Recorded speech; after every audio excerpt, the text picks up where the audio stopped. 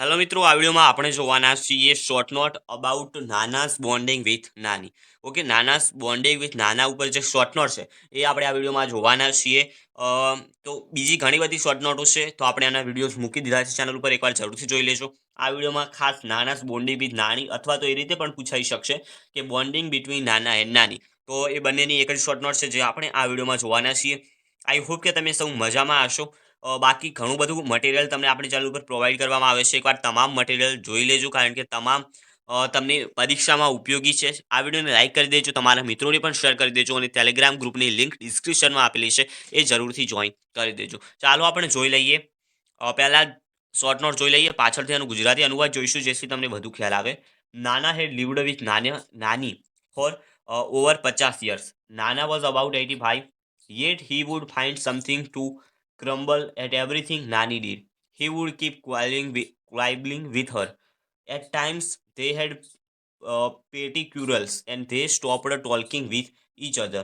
After Nani's death, Nana become more relatable. અહીંયા એસની જગ્યાએ ઓ આવશે. ઓકે, ટાઈપિંગ મિસ્ટેક થયેલી છે, બીકમ આવશે. બીકમ, ઓકે, એસની જગ્યાએ ઓ લખજો, become more relatable. For a few days he took out his anger on his food. He imprisoned himself in the bedroom. Okay, sorry, bedroom આવશે. He started behaving like Nani. Dr. Kamlesh said that Nana did not perceive Nani as dead. He was suffering from a short dissociative personality disorder, and there was no sure cure for it. આ છે short note. તમે સારી રીતે તૈયાર કરી દેજો. ગમે તે શોર્ટ નોટ આવી શકે છે, દરેકના વિડીયોઝ ચેનલ પર મળી જશે. ગુજરાતી અનુવાદ જોઈ લઈએ, જેથી તમને વધુ ખ્યાલ આવશે અને તમે સારી રીતે તૈયારી કરી શકશો. તો તમે જોઈ શકો છો અહીં નાના 50 વર્ષની નાની સાથે રહેતા હતા. નાના લગભગ 85 વર્ષના હતા, તેમ છતાં નાની દરેક બાબતમાં તેમને કચકચ કરવા જેવું કંઈક મળતું. તે તેમની સાથે બોલાચાલી કરતા રહેતા. કેટલીક વાર તેઓ નાના ઝઘડા કરતા અને તેઓએ એકબીજા સાથે વાત કરવાનું બંધ કરી દીધું હતું.